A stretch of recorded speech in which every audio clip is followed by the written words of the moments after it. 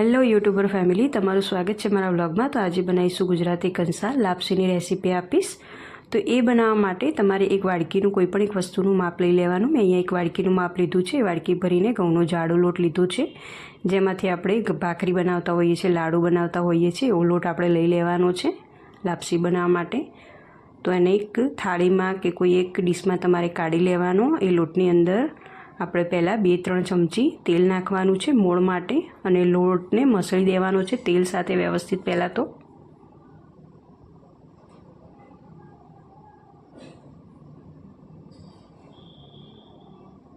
બસ જો આ રીતે મસળીને રેડી કરી દેવાનો છે। વ્યવસ્થિત બધી જગ્યાએ લોટમાં તેલ કોટ થઈ જાય એ રીતે આપણે મસળી દેવાનો છે। તો હવે એક વાડકી આપણે લોટની સામે આપણે અડધી વાડકી ગોળ લઈ લઈશું, અને ગોળ કતરીને લેવાનો છે, અને એ જ વાડકીના માપથી આપણે પાણી લઈશું, એટલે પોણા ભાગ જેટલું પાણી આપણે લઈશું એક વાડકી લોટની સામે। તો બસ આટલું પાણી આપણે લેવાનું છે। તો હવે આ પાણીને આપણે ઉકળવા માટે મૂકી દઈશું। પહેલાં તો તમે જે વાસણમાં લાપસી બનાવતા હોય એ વાસણમાં તમારે મૂકી દેવાનું।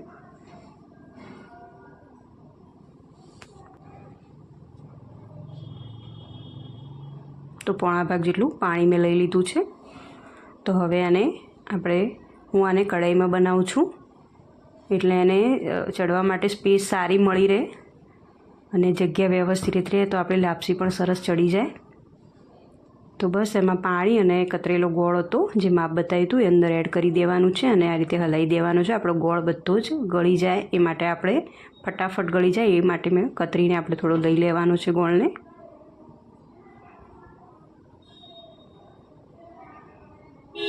અને ગેસને ધીમો રાખવાનો છે, બહુ ફૂલ નહીં કરવાનો, નહીં તો બધું પાણી બળી જશે। એટલે મીડિયમ ગેસ કાં તો ધીમા ગેસે આપણે પાણીને ઉકળવા દેવાનું છે। જો આટલું પાણી ઉકળી જાય પછી આપણે જે ભેળણ હતું એ અંદર થોડું થોડું કરીને એડ કરવાનું છે, અને વેલણની મદદથી આ રીતે આપણે હલાવવાનું છે। તો વેલણની મદદથી આપણે આ રીતે હલાવીશું। અને બીજું હતું ભેળણ, એ પણ અંદર હું એડ કરી દઈશ, અને બધું મિક્સ કરી દેવાનું છે વ્યવસ્થિત આપણે। હવે આ બરાબર મિક્સ કરી દીધું છે, એટલે આપણે હવે તવી મૂકવાની છે। આપણે જેમાં રોટલી બનાવતા હોઈએ એ તવી મૂકવાની છે, અને તવીની ઉપર આ લાપસી જે એમાં બનાવી છે એ વાસણને મૂકવાનું છે। તો બસ જો આ રીતે, અને ધીમા ગેસે આપણે લગભગ 7 થી 8 મિનિટ સુધી આને ચડવા દઈશું વ્યવસ્થિત।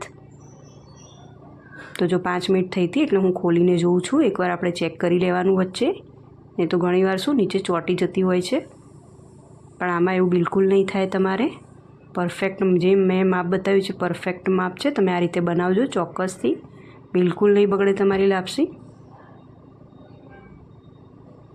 તો બસ જો આ રીતની થશે। તો હવે થોડીક વાર મને થોડોક લોટ હજુ કાચો લાગ્યો એટલે મેં ફરી મૂક્યો છે એને।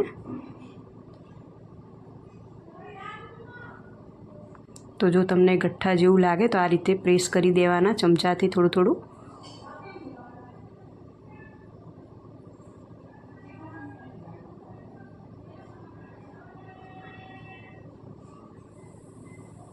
તો જો સરસ રેડી થઈ ગઈ છે લાપસી। તો બસ જો એકદમ છૂટી છૂટી થઈ છે લાપસી। તો હું ગેસ બંધ કરી દઈશ, રેડી થઈ ગઈ છે। લોટ આપણો સરસ ચડી ગયો છે। તો હવે તવી ગરમ રહે ત્યાં સુધી આપણે આ રીતે જ રાખીશું, એટલે સરસ સીજી જાય। તો બસ હવે આને કેવી રીતે ખાવાની છે એ બતાવી દઉં તમને। તો બસ જો કેટલી છૂટી છૂટી થઈ છે। જો તમે આ પ્રોસેસથી ના બનાવતા હોય ચોક્કસથી ટ્રાય કરજો, બિલકુલ નહીં બગડે તમારી લાપસી। તો જો એકદમ છૂટી છૂટી થઈ જાય, એકદમ ઠંડી થઈ ગઈ હતી એટલે હું આ રીતે હાથમાં લઈને એને મસળું છું।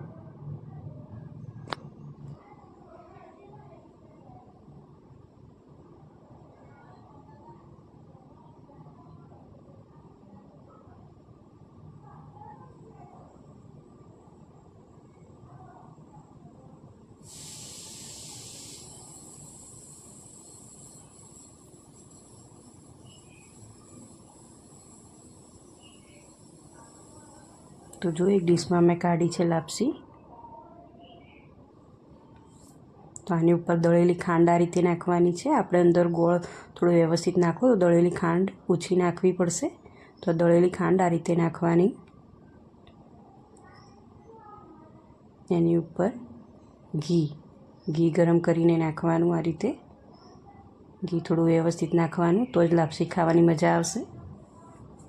હવે આને મિક્સ કરીને લાપસી ખાવાની છે. તો બસ રેડી છે મારી ગુજરાતી કંસાર, જેને આપણે લાપસી પણ કહીએ છીએ અને ગુજરાતી કંસાર તરીકે પણ તેને ઓળખવામાં આવે છે. અને તમને જો મારી આ રેસીપી ગમી હોય તો લાઇક, શેર અને સબસ્ક્રાઈબ કરો, કોમેન્ટ પણ કરો. તો બસ જો રેડી છે.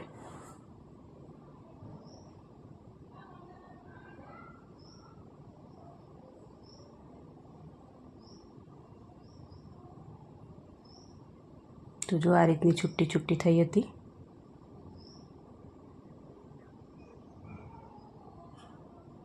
અને તમને જો મારો વિડીયો આ ગમ્યો હોય તો બીજા સાથે શેર પણ કરજો.